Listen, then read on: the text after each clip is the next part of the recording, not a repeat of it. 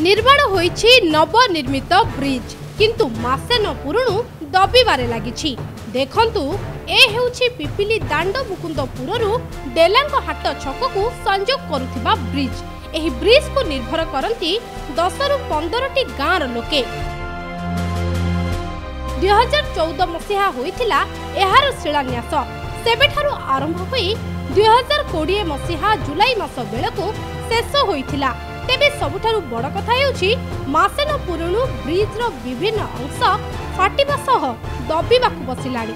एहाकु देखि स्थानीय अंचल रे लोके असंतोष एवं आतंकित हेबाकु देखिबाकु मिलिछि। जदि ब्रिज भुसुडी जाए एथिपई प्रशासन दायी रहिबे बोली स्थानीय बासिंदा अभियोग करिसथि। रोड हेबार 20-25 दिन भितर एभला सब भांगी तुटी जाइए। रोड दी साइड फाटी गलानी। एमती भी पत्थर खसैक गलानी, मोरम भी खसी गलानी। दी साइड पिलर थिला, पिलर पोल थिला, ताकि भी वर्षा धोई गलानी। निम्नमानर काम पूरा होइछि। एते प्रशासन और कॉन्ट्रैक्टर ए दी मानकु आमे दायी करूछु।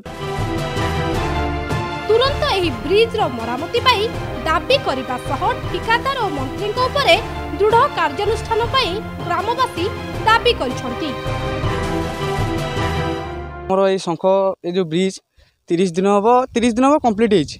30 दिन भितर ए रोड रो माने अवस्था जहाँ अच्छी माने न देखा माने लोक माने विश्वास करिबार नै। जो लोक भी देखिबो को ए ब्रिज 30 दिन भितर काम होइछि से केबे विश्वास करिवनी। तापरे जेबे भी ए जो खुंटी सब काम होइतला से जो कॉन्ट्रैक्टर काम करथला कुहाइछि जा मूले रे दिया जाऊ कोन ना पिलर जो हमर ढळई दिया जाऊ।